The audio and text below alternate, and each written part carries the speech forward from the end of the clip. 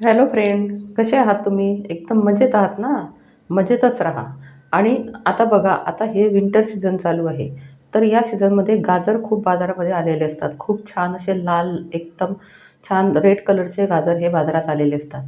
आणि या सीझनमध्ये हा जो गाजराचा केक आहे, गाजर आणि मावा असा मिक्स हा केक मी बनवलेला आहे. तर हा केक मी या सीझनमध्ये 3 ते 4 वेळा बनवते.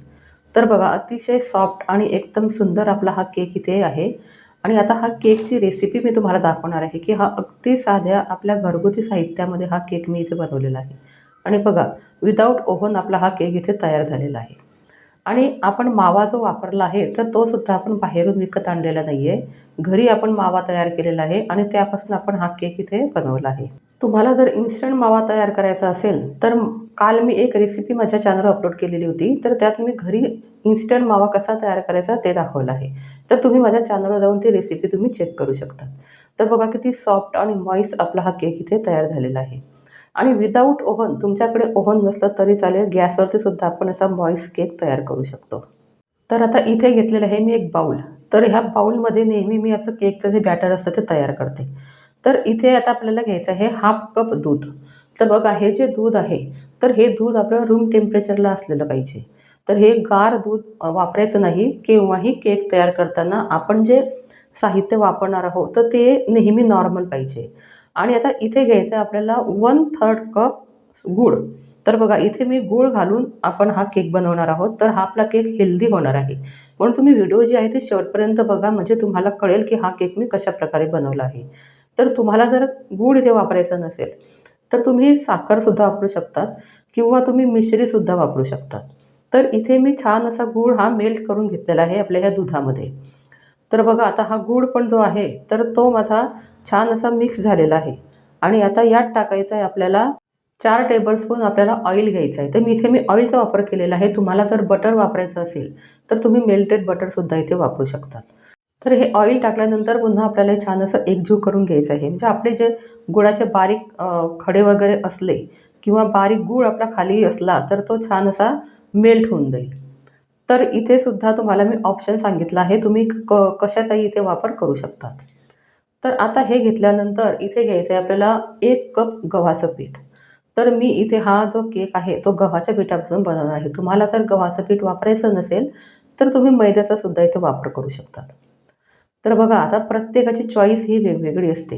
आता मी नेहमी माझे जे केक आहे, तर हे मी हेल्दी केक बनवण्याचा नेहमी प्रयत्न करत असते आणि जास्तीत जास्त हेल्दी रेसिपी माझ्या तुमच्यापर्यंत पोहोचल्या पाहिजे, याचा मी नेहमी प्रयत्न करत असते. तर मी मैद्याचा वापर खूप कमी करते. मी रवा किंवा गव्हाचं पीठ हे वापरूनच माझे जास्त हे स्पॉन्ज केक असतात. तुम्ही माझ्या चॅनलवर जाऊन माझे हे ज्या व्हिडिओ मी टाकलेला आहे, तर त्या तुम्ही चेक करू शकता. तर बघा, आता हे गव्हाचं पीठ टाकल्यानंतर आपलं हे जे बॅटर आहे ते थोडं घट्ट वाटतं आहे. तर आता यात आपल्याला थोडं अजून दूध मिक्स करायचं आहे. तर बघा, दूध किंवा पाणी जेव्हाही तुम्ही केक बनवताना वापरता, तर ते एकदम टाकायचं नाही. थोडं-थोडं टाकायचं. त्यामुळे काय होतं, आपलं हे जे बॅटर आहे, हे जर आपलं पातळ झालं, तर आपला हा केक आहे तो चांगला बेक होत नाही. तर हा नेहमी आपल्या अशा योग्य प्रमाणामध्येच आपण याचा वापर केला पाहिजे. तर आता इथे हे मी थोडं दूध घेतलेलं आहे. तर 1/4 कप हे दूध मी घेतलेलं होतं, पण त्यापैकी मी अर्धाच कप हे दूध इथे वापरलेलं आहे. तर आता हे छान असं एकजीव केलेलं आहे. आणि बघा, आता आपण गाजर टाकणार आहोत.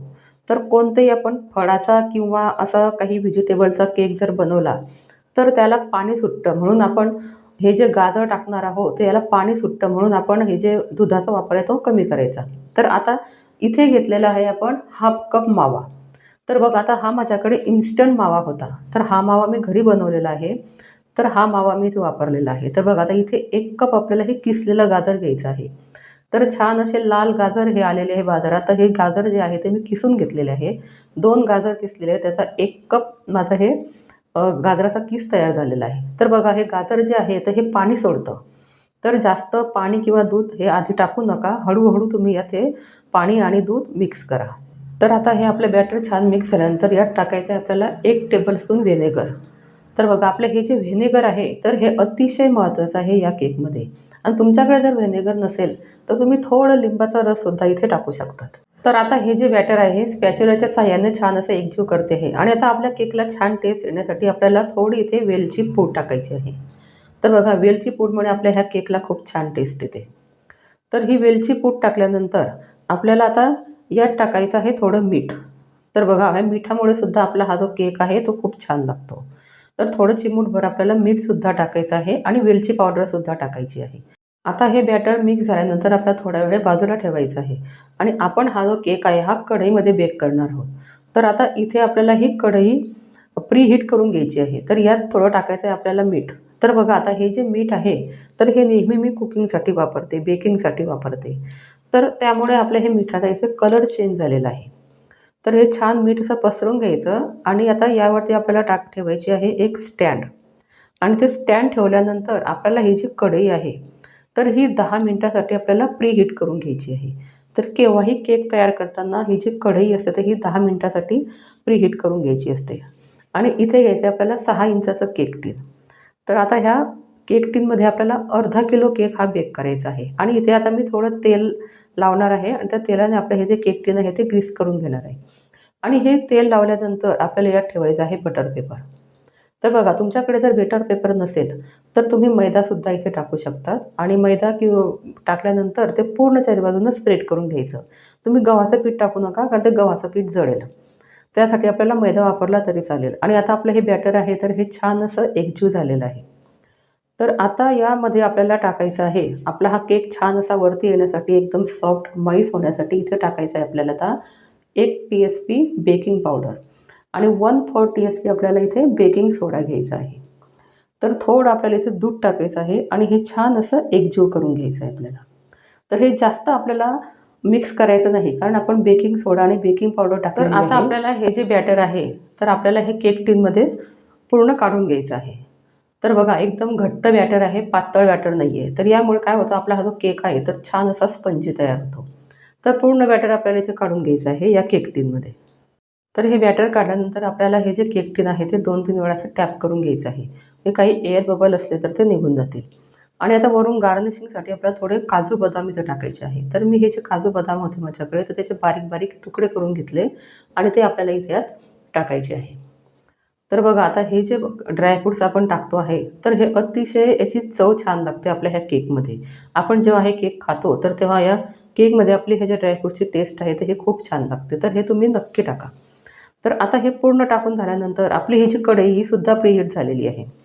तर आता या कढईमध्ये आपल्याला हे जो केक टीन आहे तर ते आपल्याला ठेवायचं आहे आणि आपल्याला 45 ते 50 मिनिटासाठी हा केक इथे बेक करायचा आहे. तर बघा आता तुमच्याकडे जर ओव्हन असेल तर तुम्ही 180 तर बघा आता इथे 35 मिनिट आपल्या ह्या केकला झालेले आहे आणि मी एक वेळा पुन्हा त्याला चेक करणार आहे. तर बघा असा छान वरती आलेला आहे पण तो अजून बेक झालेला नाही आहे. तर बघा मध्ये एकदम असा सॉफ्ट वाटतो आहे. तर मी अजून ह्या केकला 15 मिनिट ठेवलेला आहे म्हणजे 50 मिनिट हा केक मी इथे बेक केलेला आहे. त्यानंतर आपला हा केक इथे तयार झालेला आहे. तर 50 मिनिट झाल्यानंतर आपण हा केक इथे बाहेर काढणार आहोत.